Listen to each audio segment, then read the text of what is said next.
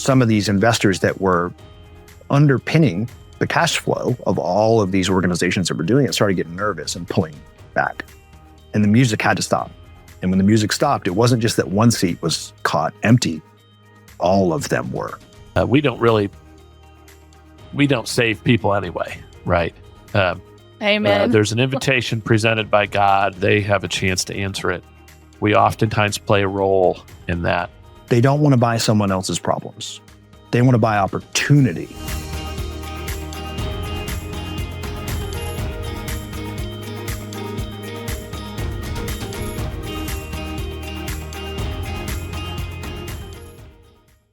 Hello, and welcome back to the Liberty Spenders podcast. We are your hosts, Kurt and Kristen Luidhardt, co-founders of the Prosper Group, an agency that's raised $500 million and helped elect over 100 members of Congress, 15 governors, 15 U.S. senators, and 1 president.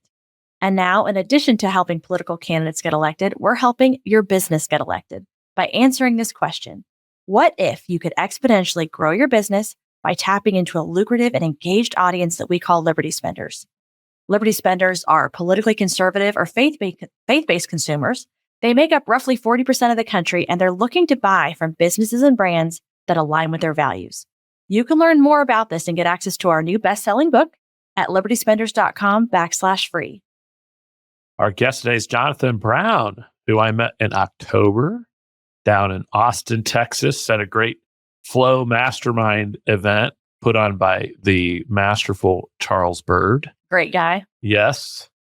Jonathan is a seasoned exit strategist, an M&A advisor, and an executive coach who helps business owners maximize the value of their companies while creating more freedom in their lives. He's the founder of White Buffalo Advisors, in which he has guided countless entrepreneurs through the complexity of scaling, optimizing, and exiting their business, ensuring they walk away with both financial security and peace of mind.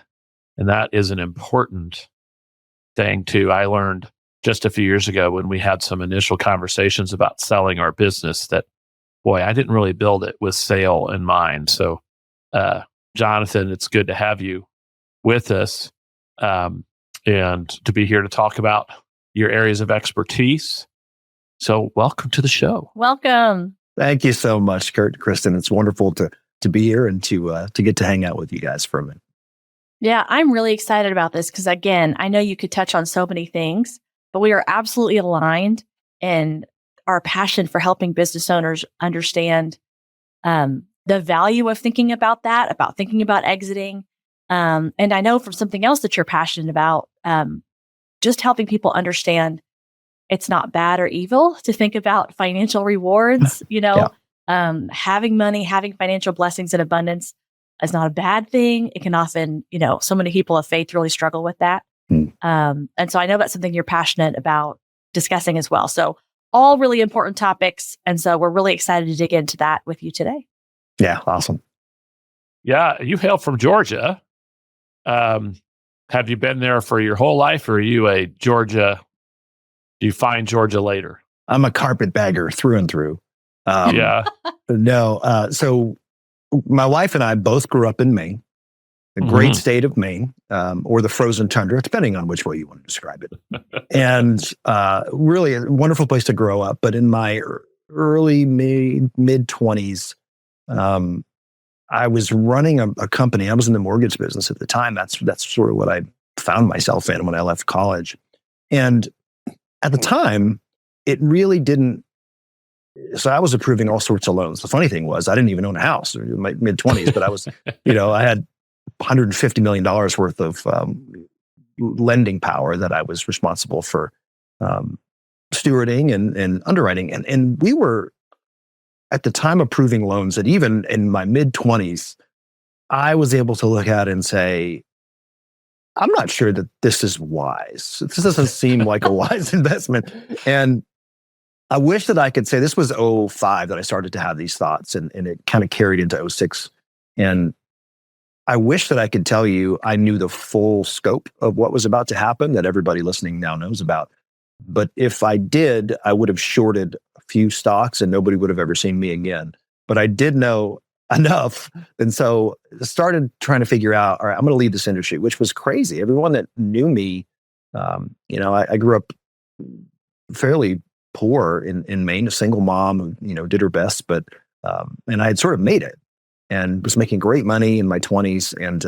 And the thought of totally leaving an industry that I had already found success in seemed insane. And that'll become a pattern as we talk, the pivots that I make. But I knew that I needed to leave because I just had a sense that industry was going to face some headwinds that were going to make it very, very difficult. And so at the same time, I had a much older cousin who lived in Atlanta, and he had worked for Delta Airlines for years in a really cool job. He had a neat career. He left the Air Force and he found himself running flight simulators for Delta Airlines. And it's not as exciting now, but back then, these gigantic robots, if you've never seen of commercial airline flight simulators, these gigantic robots that are on these hydraulic stilts, and you go in and close the door and it feels very much like you're in the cockpit of a 737 or whatever it is. And so he said, that sounds cool. It really was cool. So we would visit them every now and then. And I remember being much younger, probably 15 or 16, and thinking it was just, this was the 90s. And it was the coolest thing I'd ever seen, because we didn't have PlayStation 5 where the simulator that you have is just as good as the one the military uses, that time. So I went down there. And so I remember when this was happening, and I've been fortunate in my life to have older, more experienced folks at really key times that I could lean on and just seek their counsel. And he's like, why don't you come down to Atlanta and stay with us for a little while, and you can probably have an easier time finding whatever your next career move is here in Atlanta than you would if you stayed in Maine. And so I really thought about that for a while. And that's what I did. Came down to Atlanta and started, door knocking, got into, the industry that I was in for quite a long time in corporate America, which was the medical device industry and medical device and biotechnology. And then, life happens. I don't know that my wife and I ever intended to make Atlanta our permanent home, but you move to an area and we started having babies, and you have babies and they get involved in the community that you're in. And then at the same time, the first year we moved here, not only did we move for prosperity and, to try to build a career and a livelihood, we also both that first year became Christians as a part of moving to Georgia and a series of events that God had in store for us. So we still go up to Maine in the summertime. That's really the only time we want to go anymore, to spend some time there with extended family, so that the kids can get a feel for who we are 6 generations back. But this is hope for us. It's amazing the paths we get taken on, right? Yeah. To you saw that happening. Funny as you're talking about recognizing wackadoodle loans that the industry was putting out in 2005. We were the recipients of one of those wackadoodle stated income only, adjustable rate, mortgages, right? Yeah. And I still laugh at it today because young and stupid. Yeah. I can't. Well, that could have put us under. Like, it's a we're in total miracle that we weren't put under by that. Yeah, we're in our 20s, and we, in typical Kurt Luidhardt fashion, I said, "Hey, let's go check out some apartments on the south side." And we drove by one of those neighborhoods that they were building out with a builder in town called C.P. Morgan, which was the biggest builder in Indianapolis at the time. And I said, what harm would it be that we check out this, place? And of course, like 3 hours later, we had signed a document saying we want to build our own house. And one of the questions I asked was, I'm doing like multi-level marketing at the time and working 2 part-time jobs, one for FedEx for like 3 hours a night. And I was babysitting homes for a home builder as well. So I wasn't making any money. We still had our fireworks. Yeah. And and we were doing our fireworks stuff, which is a whole other story. And they said, "Oh, don't worry about it. We won't have any trouble getting the loan." So it was Countrywide, of course, which was the first company to go kablooey. There was one of 3 banks that I would have said based on what you just told me, and that would have been the first one. Yeah. And we didn't know. It's like, oh, all right. This is going to be fine. To be clear, it was standard operating procedure back then. There was nothing unusual about what you just described. Yeah. Well, and we got into the house, loved the house. It took us forever to get the loan fixed, right? Because not only was it a bad loan with a high interest rate, but of course our house after the 2008 thing Underwater. went down in value. So at one point, a house we paid $210,000 for was worth $145,000. Yeah. Now it's worth now it's worth about $350. So it's not a bad deal. We rent it out, but it probably took 10 years for us to refinance it because we would have had to have paid the difference.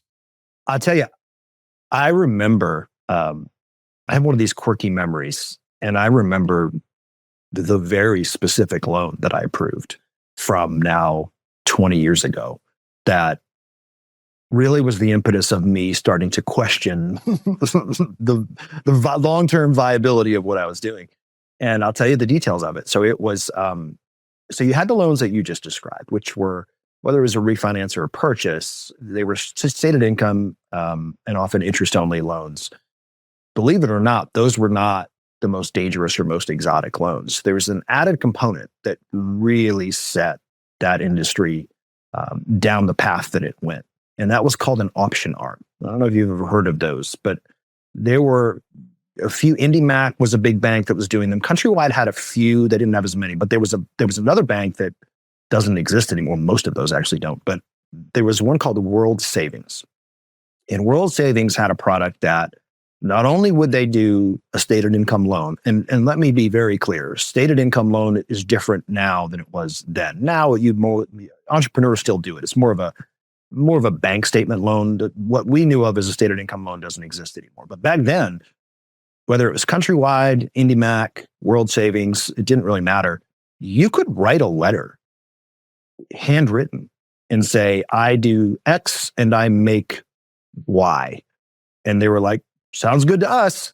And that was enough to prove your income. So you had that. That's a risk thing, and as we get started into business, everything that I do and work with people is really about identifying and mitigating risk, both for the owner of the business and also flipping that to look at it through the eyes of whoever might eventually acquire it. Everything's about risk.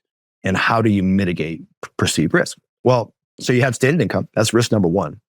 You had usually a temporary fixed rate period, anywhere from a 228, so it was 2 years. You didn't see a lot of fives back then, so it was usually 2 or 3 years. It was fixed, and then it was variable, indexed to, it wasn't even prime back then. It was, most of them used LIBOR, which was London. So it was more volatile. So you had variability.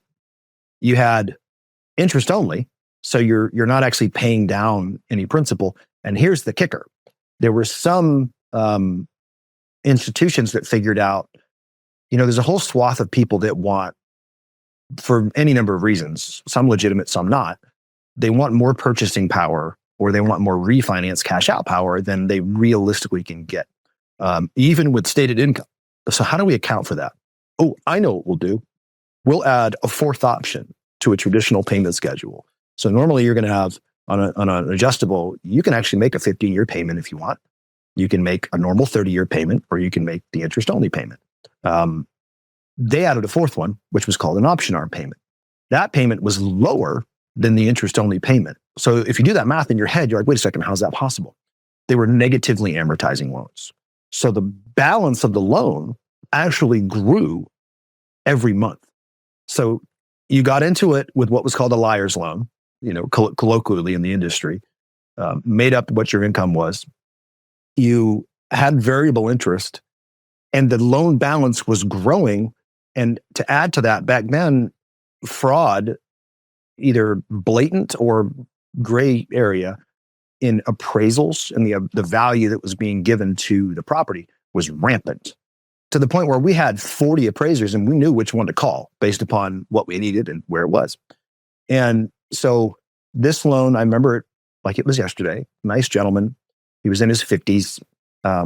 They had a home and they wanted $200,000 cash out. Plus they wanted to consolidate another $100,000 or so worth of debt. And the guy was a dump truck driver. And what he wanted the money for was he wanted to take the cash and buy a dump truck for himself so that he could go down, and this is post-Katrina cleanup. he wanted to go down from Maine to Katrina and use that dump truck to make money and clean. Not a horrible business plan, actually. But the house that they had at that time, best case scenario, was probably worth $250,000 if you just eyeballed it for what it was. Well, the appraisal came back. The house appraises at $650,000. He writes a stated income handwritten note saying that he makes $200,000 a year as a dump truck driver. I certainly couldn't explicitly prove that wasn't true, but I had a suspicion that it wasn't true, but that's what he did. And they chose this negative amortizing loan and took all his cash out. I'm looking at all these things at the time as a 25-year-old kid who doesn't own a house and is smart, but not world savvy yet. And I'm even then saying to myself, this doesn't seem like a viable business model. And so then I started digging because I didn't understand what happened once we closed a loan. Right. So we close a loan, we close the warehouse, it gets funded. And I knew that institutional investors bought them, but I didn't really know what happened after that. So I started going down this rabbit hole of research. And what I uncovered was happening back then, and you know this if you've seen The Big Short or anything else, is that you had all these investors that were playing musical chairs with really risky debt. And so what happened is you'd originate and close a loan. Whoever originated it would take 2 or 3 payments usually. They would then flip that loan, not just that one, but a portfolio of them, to another investor. Well, that investor would take, 2 to 7 payments, and they would sell it, and they would sell it to somebody else. And it just kept going around and around. Well, eventually, when folks started realizing what was really happening and how shady these notes were, some of these investors that were underpinning the cash flow of all of these organizations that were doing it started getting nervous and pulling back. And the music had to stop. And when the music stopped, it wasn't just that one seat was caught empty. All of them were. And so I probably should write a screenplay about that time in history because I saw some of the craziest things.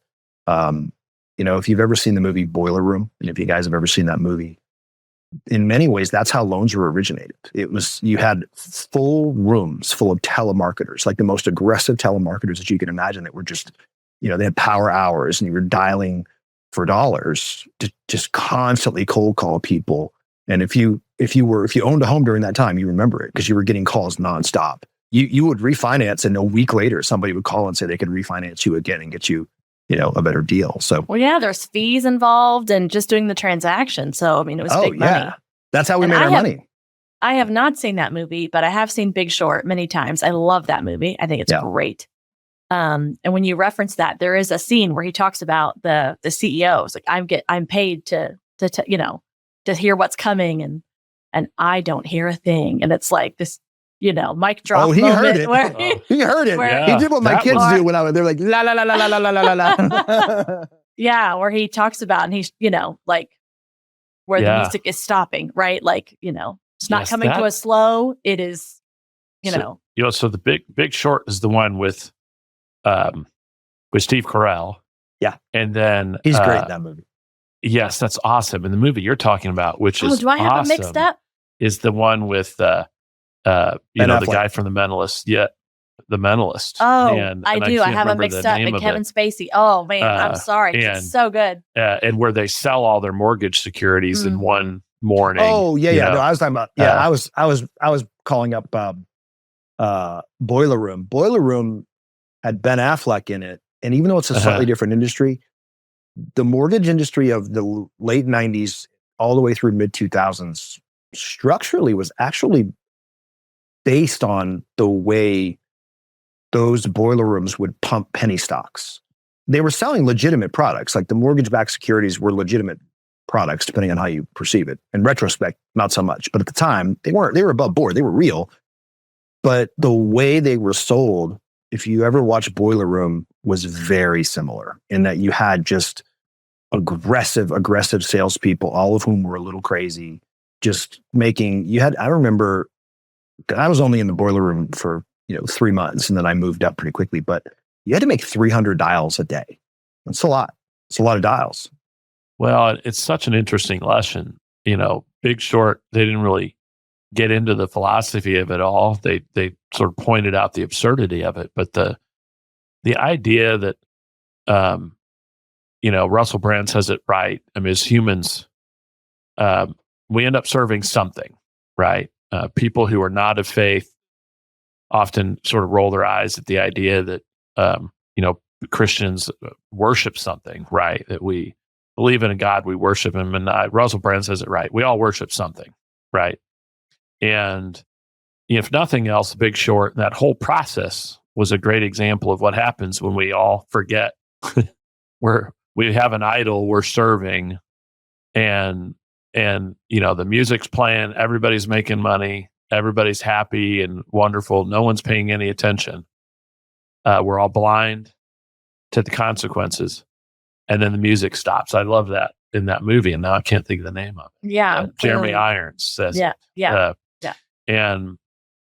And so I think it's interesting. You're in that business, you quit, you bop down to Atlanta, you get a new business, but you also have a faith experience. How did that go down? Because that seems interesting, particularly since you and your wife at the same time, right? Yeah. So we grew up in Maine, and Maine it's a beautiful place with wonderful people, but it's a tough place. It's very blue collar. Almost everyone that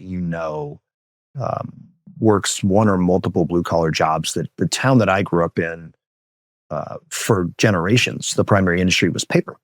And so there was a big paper mill, and that mill is long gone, torn down because the internet happened. And they made the paper for Time magazine. And it was a very particular type of paper that they made. It was high quality. It had this sheen on it. And so everyone that I knew, their dad, their granddad, their great granddad, in some cases, had worked at that mill. And so along with that, New England has a fascinating faith history that I now know, but I wouldn't have known then. The place that I remember living with my mom the most was this little apartment that she could afford in this, very quintessential New England town. If you see a postcard of it, there's this big, gigantic suspension bridge, and that'll be in the foreground. And in the background, you'll see the town over the river, and the town is built on a hill that goes up. It's as cliche New England as you can imagine. Well, the apartment that we were in, we had 4 churches. We were directly in the center of a cross. So we had across the street in front of us was a Methodist church.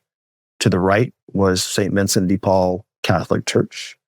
To our left was what's called a congregational church, which you don't see a lot in the South. It's a very New England thing. It's a very old denomination that still exists up there. And then behind us was a Baptist church in our itty bitty little school. And in the town that I was in, because it's in a New England ethos, and people are naturally very, very skeptical and rough. The Baptist folks were cult.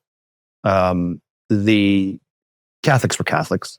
And, the Methodist and the Congregationalists sort of existed above the fray. And so I would, as a kid, a friend maybe would invite me to go to any one of those churches, and I would. But my mom didn't raise me with any sort of, faith or anything like that. And so my wife was very similar. So you sort of grow up aware of Jesus, and you're aware of God, but it's not a daily part of your life. And I definitely wouldn't say that I had a personal relationship or anything like that. It's just something that you know about, but almost like a hobby that other people have. So we moved to Atlanta.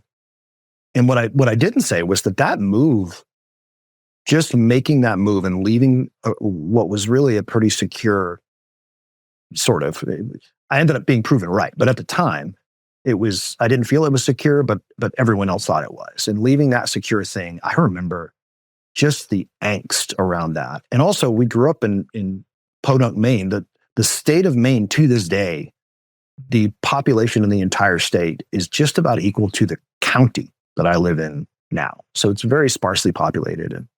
And it was hard. It was a very difficult move. It took a lot of stress and faith and courage and just conviction to say, this is going to be hard.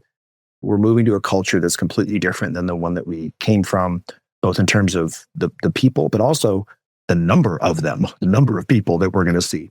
And so that was just a really stressful time. And what was interesting was when I moved down there with my cousin, they were going to church, a non-denominational church. And I would go with them. And I had never heard, for example, contemporary Christian music ever.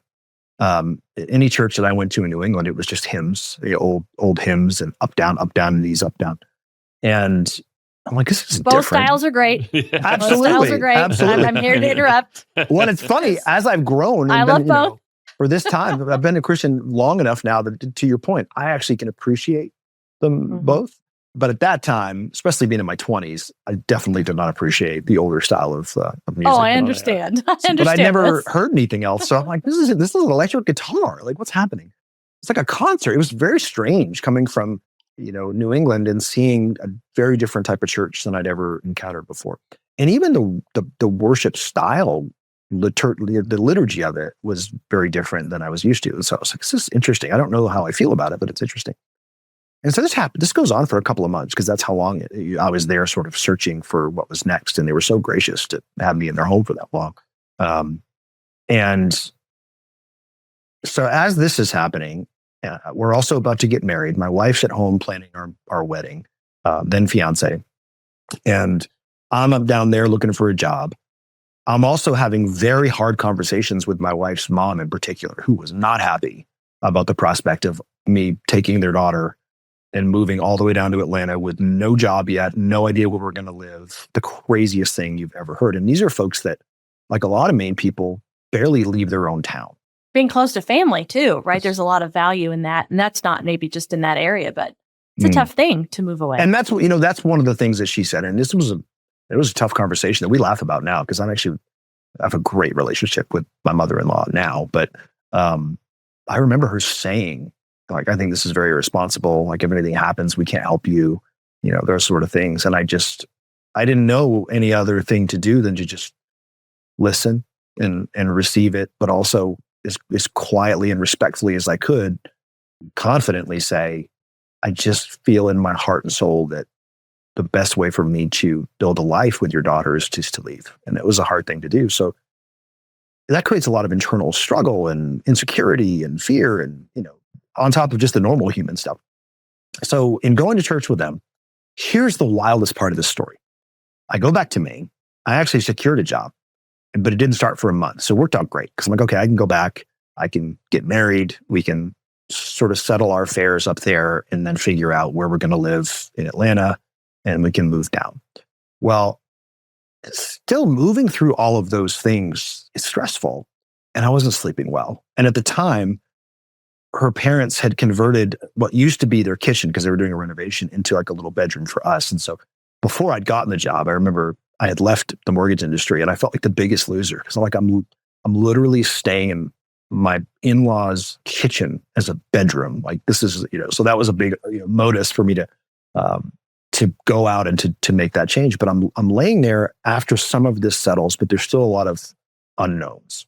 And it's 2:00 in the morning. And this is the 90s. This is the early 2000s. And, they had basic cable. It wasn't like we have all now. And so I couldn't sleep. So I had the TV on. She was asleep. And of all things that come on, it's Benny Hinn. I don't even know who he was. So Benny Hinn comes on and I'm like, who is this character? So, I'm sort of, and that's exactly, I remember that thought, like, who is this character? And what is this guy doing? And so I'm watching and I'm comparing it to the experience that I had growing up and the experience that I had in Atlanta with church. And I'm like, this is a little different than I'm used to, but let me watch it and nothing else to do. And I'm angsty. Well, it wasn't for me. Like the things he was talking about, even being not even really, I would say, a Christian yet, but I knew that even then, if I were to become one, the way that he was going about it and what he was saying wasn't going to resonate with me. But here's what happened. For some reason, that night, he had Oral Roberts come on at the end. And Oral Roberts at that time is old. But here's where it gets crazy. I'm super skeptical because New Englanders are skeptical by nature. And I hadn't made a decision to become a Christian, nowhere near that. I just knew that I was going. It was kind of cool and I wasn't really sure. And I remember thinking, when my wife and I moved down there, maybe we can find a church and kind of see if we want to go and see what that's about. I don't know. But Oral Roberts finishes up and he says, hey, I really feel led to do something, Benny. And, Benny's like, oh, yeah, absolutely. And he says, somewhere out there, there's someone who's wondering if it's real and if a personal relationship with Jesus is even possible. And And he goes down this whole thing, and it's just enough to sort of pique my attention. Well, then he goes, and specifically, I feel like somewhere out there's a young man who's really kind of struggling. And I'm like, it's kind of weird. And he says, and you're in the middle of a really big life transition, and you're wondering if you're doing the right thing, and you're trying to do the right thing, but it's difficult, and money's tight, and every single thing that comes out of his mouth, I'm just going, all right, this is getting a little uncomfortable now. And finally, I just want you to know that it's no more complicated than just saying to Jesus, I can't do it alone. And I want you to help me and to rule my life. And I want a relationship with you. So he's like, if you're okay with it, get down beside your bed. He said that. Get down beside your bed on your knees right now. And it basically just walks you through, the sinner's prayer. And before I know what's happening, I'm in the middle of Maine, in the middle of, getting married soon and going down to meet or to work a new job and move to a city I've never been. And I'm finding myself at 2:00 in the morning, getting off my bed against my own will. It felt like getting on my knees and praying this prayer. And I remember praying the prayer and being like, whoa, that was a really powerful thing. The problem was then the show was over. And so here I am in the middle of the floor on my knees, having this really intense experience, almost feeling emotional, and the show's over. And at that time of night, with that programming, it used to go to snow. Or if you guys remember that. I was going to say, is it that, or is it some kind of a QV? No, like it goes to snow. Selling knives. Like what do I? So I'm just like, what? I don't know what to do with this. Like, what just happened, and I have no idea what to do. So I sort of parked it. And when my wife and I moved down to Atlanta, we just met some folks. And the one thing that's beautiful about the South, there are a lot of things, but one of the things that's really neat about the South is one of the first things that's a truly Southern person says to you if they meet you is, we all go to church. It's and if you're Southern and you're hearing this, it's one of the first things that people ask you. And we were like, well, we don't have a church. We just sort of moved here. And then there's no shortage of opportunities to go to churches. Right. So we did. We started going to church, and I in no way, shape, or form pressured my wife at all. I was just like, hey, we should go. And the darndest thing, about 8 months later, we both ended up getting, we found a church. We both ended up getting baptized. And that really started a journey that neither of us could have predicted, where later we ended up church planting and leading within various churches and weaving that into our lives. But it's just one of the strangest, everyone gets a kick out of when I tell that story, because now at this particular point in my faith, I wouldn't watch Benny Hinn. No offense to any of you who do, but I wouldn't. And it was so unlikely for that to have happened that I just know that day, that time, that's how God had to reach me, or it wouldn't have worked. And now you're rocking out, right? Now you're That's right. Yeah, I don't know about that. Well, it's clear we have a personal God who finds us in his own way, right? I've never had a experience of turning on the TV and have Tim Keller look at me and say, by the way, there's a guy sitting at his kitchen table. And sometimes you want that, right? I mean, Kristen and I joke, why doesn't, I want God to put something in Christmas lights in the sky, right? Because then I would do it. Although it's kind of funny because Jesus is asked that multiple times in the New Testament, right? Why don't you just do signs and wonders? And he says, well, it doesn't matter. You're not going to believe me anymore. We'll say it anyway. From signs and wonders. Because he, of course, did many miracles, and people still were struggling. But there it was like God's thinking, well, there's one way to get to this guy, right? And I'm gonna put Oral Roberts on. That's an amazing story, and I love to hear people's testimonies because none of them are the same, and it's a good reminder to me as well. Hey, business owners, did you know there's 76.5 million faith-based and conservative consumers that are looking to support brands that align with their values? That's a $5 trillion opportunity, and if you're not tapping into it, you're leaving money on the table. Our new book, Liberty Spenders, is your ultimate guide to reaching this influential audience using conviction-driven marketing. That's right. We break down real-world strategies that successful brands are using right now to connect with this audience authentically, build trust, and drive long-term business growth. So if you're truly serious about standing out in today's crowded market, grab your copy today on Amazon or visit libertyspenders.com. And don't miss out on this revolutionary strategy called conviction-driven marketing. And the interesting thing about my own faith journey is that as my business career progressed, I was thinking this whole time that, so I had these two things happening in parallel. I have my journey of faith and coming to be a believer and building that relationship with Jesus and getting involved in the church. And then in my mind, for a long time, separately, I have this business career that's evolving and changing and growing, and never the two shall meet for some reason. That was, for a long time, that was the way my brain worked. And I would take these spiritual gift assessments. Each time you go to a new church, they want to know, all right, what are we working with here? Where can we plug you in? And so I made the mistake. Where can we put you to work? That's it. I made the mistake of responding to too many of those. I'm a lot smarter now. No, I'm just joking. But and it was always, I always had like 5 different gifts that were super high, and the number one was always pastor, and it was so high that inevitably folks would be like, you've lost your calling. You have to go to ministry. You have to go to seminary. You're in business.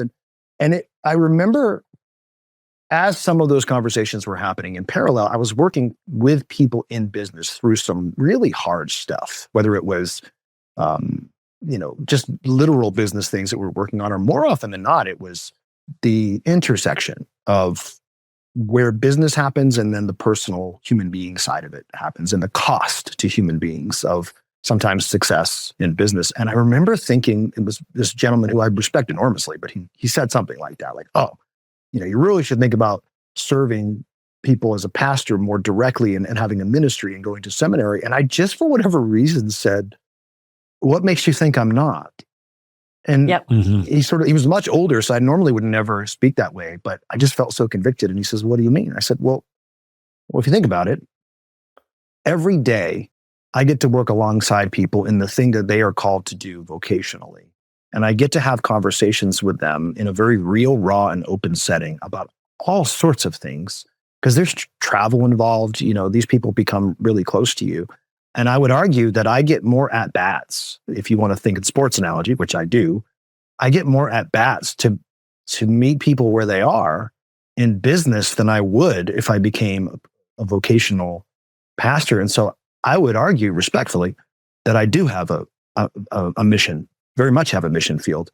And it's really, it was like the Holy Spirit, those words are coming out of my mouth, because I hadn't even put that together until he had challenged me in that way. And so everything I've done since then, from my work as a corporate fixer to starting in selling businesses to helping other people do the same, and all that goes into that, it's born from the idea that everything is about stewardship, and also who we are in terms of our faith, and who we are in terms of the way that we conduct business and the way that we go out and magnify the gifts that we have to the world shouldn't be exclusive. They really should be married together. And I'm not preaching on anybody. I'm telling myself that. And so it's just an interesting story, even for me, to look back as to how it started and where I am now, where I get so many cool opportunities to talk to people about Jesus and their faith. And I play the long game. I'm more of a long game guy. I'm really terrible at 5-minute evangelism. I'm just not one of those people. I'm bad at that. But I'm really good at building long-term relationships and trust, and trust enough that I can say, hey, well, here's what I think. And here's why, my faith and my relationship with Jesus has helped me through something very similar. And if you ever want to talk about that, I would love to. Well, I am reminded constantly that we don't save people anyway, right? Amen. There's an invitation presented by God. They have a chance to answer it. We oftentimes play a role in that. It took a lot of pressure off for me when I originally used to think, well, I got to have a 30-second commercial that I've got nailed down. Elevator pitch. Yeah, and we don't really need to, but it's awesome when we can match up in our faith with our calling, our vocation, to your point. And it's exciting that through your business your business ventures, you've had a chance to do that. Yeah. And I know you've done a ton of things, and we're not going to have time to talk about them all, even though I found a bunch of cool stories, which I think we could probably do a whole episode on. You had a cell phone accessories franchise for a little while. You were bootlegged liquor at age 14, but like yeah, that was my start in business. I was a teenage bootlegger. I've got a whole podcast on that. It's only about 12 minutes long, but it's not the most proud thing, but it's the truth. And that's how I started my business career. Yeah. Well, then you at some point, probably after you took your job in Atlanta, is that when you got into the cell phone accessories business? Yeah. So in a nutshell, I started in sales because that was really in the mortgage business, even though there was a lot of leadership and I'd worked my way up, it was still, the foundation was always sales. And so I got into medical sales. Initially it was medical devices and biotechnology. Did that for a while, did well, but I felt like I could offer more to the organizations that I was with, and they agreed. And so what ended up happening was I kept finding myself in these roles that they would literally make up titles for, but really what it was I was a fixer. And so there would be some expensive, difficult, vague problem that the organization couldn't quite figure out even what was the problem, let alone how to solve it. And I just had a knack for being able to go in and identify what that was. What were the human beings that were involved? What were the systems and processes that were involved?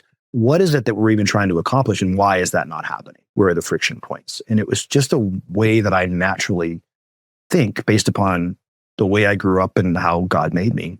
And so there's a lot of benefit to that when you're in a very large corporate structure, and folks tend to value you until the very same sort of characteristics and personality that make you attractive and make you able to solve problems in an outside the box way also make you someone who deeply dislikes the phrase, "That's the way we've always done it." You don't like emails about meetings, about agendas, and have no value, and don't particularly respect rigid corporate culture all that much. And in fact, deeply dislike it. And so there was this odd juxtaposition of, I know that they value me and I know that I'm bringing value, but I'm also sensing this sort of disconnect and even friction between myself and whomever I was working with in leadership. Because I was at that point reporting to, executive leadership of every company that I was with. And why is that happening? And what I finally realized was that I was an entrepreneur and didn't know it. And I was an entrepreneur that was living within a corporate structure. So the first thing I did was, well, let me try to hit a single and take a measured approach. So I'll keep my corporate job and I'll go in my mind to do something less risky and grab a franchise and start that way. It's the worst decision that I've ever made, but that was my thinking. And so I started that franchise, and it was a catastrophic failure because I bought a franchise that was started and owned by the franchisor. Don't do that. Because what I realized now, as older me, if I had gone back to talk to younger me, was if a franchisor owns a unit, they don't care about profit, nor do they have to show it to you. What they care about is making the unit itself look good and appealing so that it makes their overall franchise look better. So you're buying something that the economics may not even make sense. And that's what happened. It was a 200 square foot location inside of a Walmart. That was their primary model. They had 3 managers, all of which made $45,000 a year, plus like 8 techs. It never made sense. I was an idiot for buying it, but bought it, and within 2 months realized, oh my gosh, this thing's costing me $20,000 a month to just keep afloat. And so I did everything I possibly could think of to keep it afloat, to honor the employees that were there, to continue paying them. And what was happening was my personal savings, which had been pretty healthy in a corporate job, was just dwindling and dwindling. And finally, it got to the point where I had left the corporate job, which was another mistake. And also my savings were dwindling. And I just remember having this dark night of the soul that lasted like a month. But just, I remember waking up and sitting on the edge of my bed. There's a lot of edge of bed moments in my life. And, I'm a night owl. So I was just going to say, I remember we're learning sitting about there you. just thinking, you loser, like you have made these horrible series of decisions. You've let your entire family down. Your family's going to be on the street and homeless, like all these crazy thoughts. And I just remember this thought crossed my mind, and then what happened after. And the thought was, you have a pretty healthy life insurance policy. Your family would be better off with the money than you. It was really dark. And here's the crazy thing. As I had that thought, I remember tears hitting my eyes. And then immediately after, and this isn't something that happens to me very often, what I'm about to describe. So I wish it did, but I'm not someone that can honestly say I have regular conversations with God. I don't get that a lot. But the second that I had that thought, a voice that was almost audible, I know it wasn't, but it felt that it was, strong as can be, said, that's an absolute lie. That is not true. And you know who that came from. And I'm just like, and I was like, okay, God, so what do I do? And I didn't really get anything back in the same way. There wasn't that same forceful, almost audible sound, but it was more of a feeling and a word that kept hitting, which was just rest. And then after that, it was, you have to let it go. I was like, okay. And I don't know what that means. So I prayed on that for a little while, and that's what I did. I ended up closing the operation, selling it back to them for way less than I bought it, which I learned later was kind of their business model. And for about 3 months after that failure, I remember thinking, well, I'm a terrible entrepreneur. It's not for me. I guess I'll just go work another corporate job, and that's just going to be what I do. Well, that lasted 3 months. Not the corporate job. I had that for a while, but that feeling. And then after about 3 months, it's like, you know what? That first failure is over. That's a lesson that I've learned. Let me go try it, but a different way. And I started an e-commerce business, and that one did really well. And that was the impetus for me building up that business, going all over the world to learn how to source products and supply chain and logistics and manufacturing and business and P&Ls and everything that goes with that. Sold that, did well. That process was wonky in selling it. Did it again, same thing happened. And experiencing 2 exits combined with my previous failures became the impetus for me starting to help other folks. Wasn't anything, I've sort of Forrest Gump my way into everything that I've done. But you make a couple of exits, and I think if you're real with people and you share the upside and also the lows, folks will ask you. And I remember one guy in particular asking if I'd help him exit his business. And I was like, you mean like a broker? I don't want to do that. No, I don't want to. I love you, but I don't want to do that. And this was going on for weeks and weeks. And finally, I'm at a lunch with him, and he's on the phone with the person who's currently representing him, but it's not going well. And I can sense that. And I'm trying to help, like, over my salad. I was on a health kick at that time. And I'm like whispering to him, like, no, ask, and finally he just goes, would you just help me? And I was like, okay. So he gets off the phone, and I look at everything, and I was like, okay, here's the problem. You're trying to sell it as this, but it's really not this. And so we go through this whole thing, and I helped him. And the darndest thing that happened was I loved it. I found that I really enjoyed serving someone else in that way to help them avoid the pitfalls that I wish that I had known about. And that was 10 years ago now. And it just grew and grew and grew and grew and got to the point where, the deals kept getting bigger. And then I started getting involved with private equity and family offices and putting my own deals together and syndicating them. And not only helping folks at the time of exit, but realizing, oh, shoot, if I only engage with someone when it's time to exit, there's a limited amount of things that I can really do to materially impact. I can get them the best deal that I can, but I really can't impact their life in the way that I could have if they had started to work with me 2 years earlier.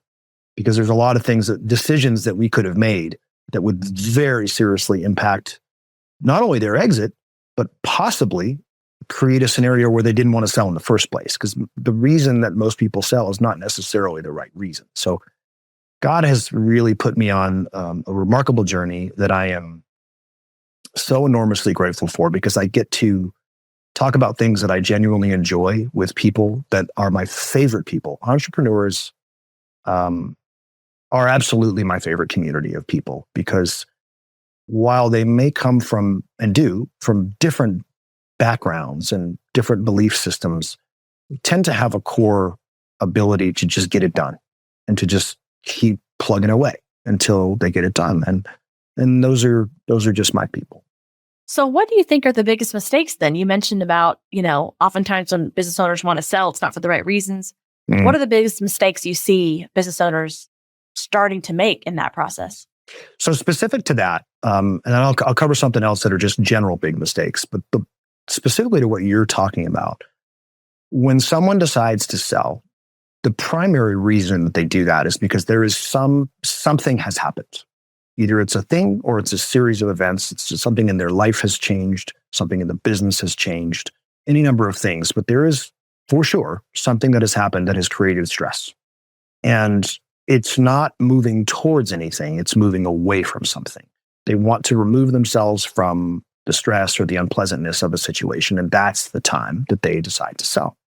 And so it's actually the same thing that I'll say to my kids. We have a rule in our house. Like, we never will make our kids try a new thing, a sport, an activity, whatever it is. But if you do start it, you have to finish whatever the time frame that you committed to, period. Mm. You don't get to quit. You finish it. And on the rare occasion when things are going poorly and the kids really feel strongly, like, I hate this, I don't want to do it, this is awful, I want to quit, Dad. I'm like, okay, I tell you what, I will make an exception, but there's a condition. I'll let you quit, but you can't quit. You can't quit today because you had a bad day, you had a bad week, you had a few bad games. I need you to wait until you've had a great game or a great practice. And then if you want to quit, then you can come to me and tell me you want to quit, and I'll let you do it. Well, that's only happened 3 times and none of them have ever quit.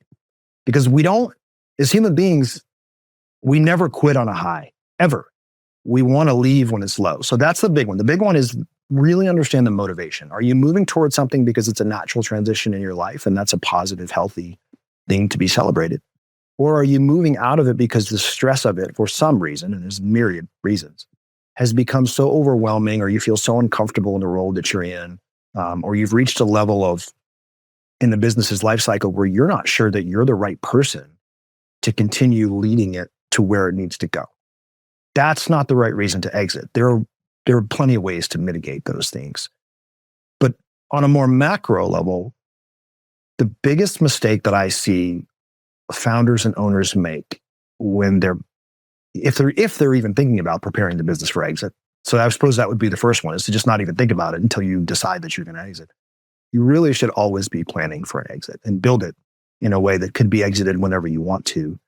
But the biggest mistake I see is that they view the business's value and whether it is transferable through their eyes, through the eyes of the person who started the business, and all of the blood, sweat, tears, everything else that went into creating that. They assign value to it. Well, here's the problem. Well, it's an extension, right? It is. Often businesses become an extension of them. That's their baby. That's their. Yeah. So I totally get that. You're so emotionally involved. It's harder to take a step back and look at it objectively as an investor, right? As an investor only. And here's the harsh truth that I always have to tell folks, and I always ask permission whenever I engage with someone, whether they become a client or not. I always ask for permission to be loving but fully candid and lovingly candid. And people are always a bit jarred by that because they're not used to someone asking them that question. But I always feel compelled, because in order for me to serve someone the way that God has called me to serve them, I have to have the ability to be fully candid. And so what I'll say is, all right, so describe to me your journey of building this business and all that means to you and all the sacrifices that you had to make and the challenges that you've overcome. And they will go through that. And then when they're done, I'll listen and I'll pause and I'll say, you realize that nobody cares. And I'm like, what? And I'm like, no one cares that you had to do that. Because the person who's going to buy your business is going to look at your balance sheet. They're going to look at what it could be worth to them and what they could do with it in the future and how predictable and likely that is to be true. And that's it. They don't care what you had to do to get it to that level. And it's a really harsh thing to say, but I do it on purpose as a pattern interrupt, because you have to look at your business through the eyes of someone that might purchase it. And the easiest way for me to do that with folks is to say, if I came to you and you no longer own this business, and I presented a business to you and I just go down the list of everything that I know is true about that business, would you buy it for X amount of money? And almost every time, just doing that, the person flips and says, oh, no, I don't think I would. And here's why.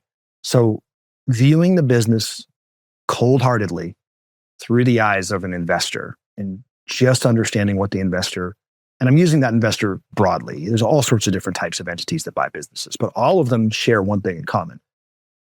They don't want to buy someone else's problems. They want to buy opportunity, and they want to buy predictability. And it needs to make sense within the construct of whatever it is that they're trying to accomplish. And so as long as you can proactively answer those questions in a way that gives a high level of confidence that they're likely to continue having success, especially success that doesn't rely upon you, the owner, continuing to be involved indefinitely, is the biggest thing that I see folks miss, is that we get too emotionally involved. And sometimes it isn't even emotion. Sometimes it's, and I mean this respectfully in a literal way, sometimes it's just ignorance. Sometimes it's owners have been doing something for so long that they don't even know how businesses are valued or how different classes of assets or revenue are categorized. Add backs are a big one. So a lot of business owners are ashamed of the fact that I paid for some vacations and some car payments, and we had some no-show jobs basically for friends and family that nobody else would do, but we did because we had the revenue and we just decided to do it. There's no shame in that. That's okay. Everybody does that.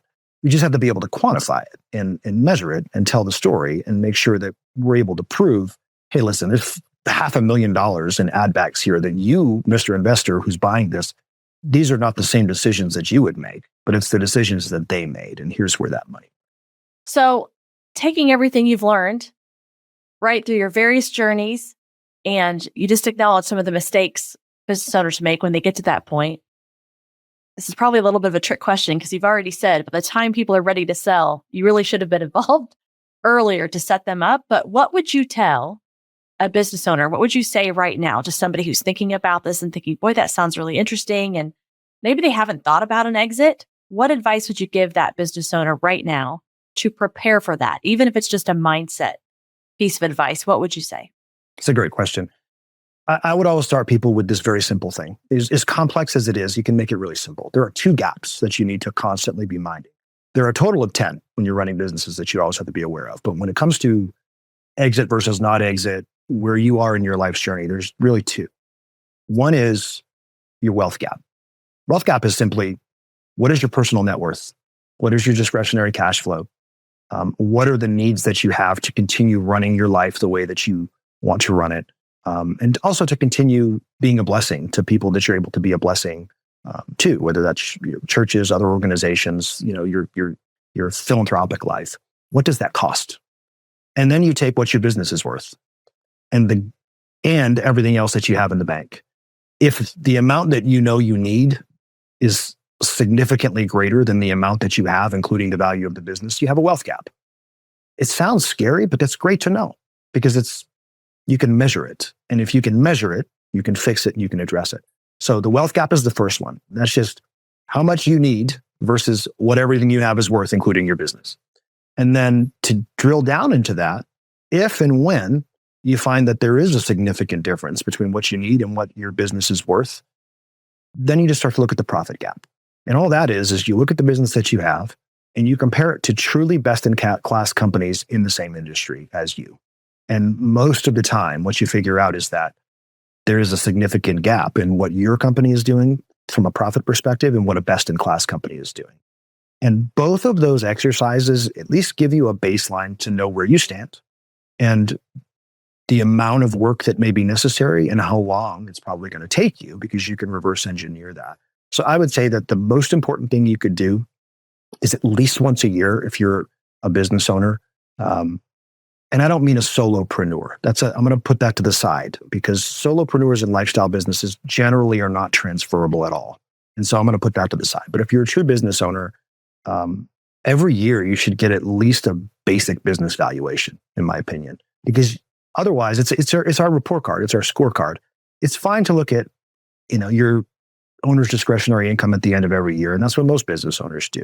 But if you really want to start playing at the next level and build toward an exit that is significant and meaningful to you, every year you should be able to very quickly determine, has the value that I have created within this business increased, decreased, or stayed the same? And every decision you make, is in that area. It's great advice. Absolutely. Well, we're getting towards the end, and we have I can't decide if I want to call it rapid fire section or lightning round. Rapid lightning. Yes, rapid lightning. And want to end with that as we come to a close. Really like to see in 90 seconds, what legacy do you hope to leave behind from your work at White Buffalo Advisors? Well, I have to zoom out to give you the legacy because the work that I do at White Buffalo Advisors is tied to a bigger legacy, which is very simple. Mm-hmm. At the end of my life, when my tombstone is etched, I want it to say, devoted follower of Jesus, loving husband, father, and friend. That's it. There will be no commas on my tombstone. No one's going to care. There's going to be a dash. And the dash is where I hope that I will have done the work that matters. So for me, what that means is to help other folks, believers or not. I would like to help folks come to Christ who don't know him.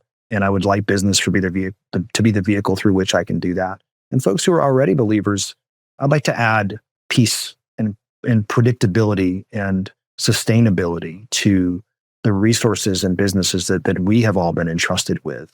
And so really White Buffalo Advisors, that's what we do, is we take very complex business things and we try to make them very practical, very simple, and very predictable.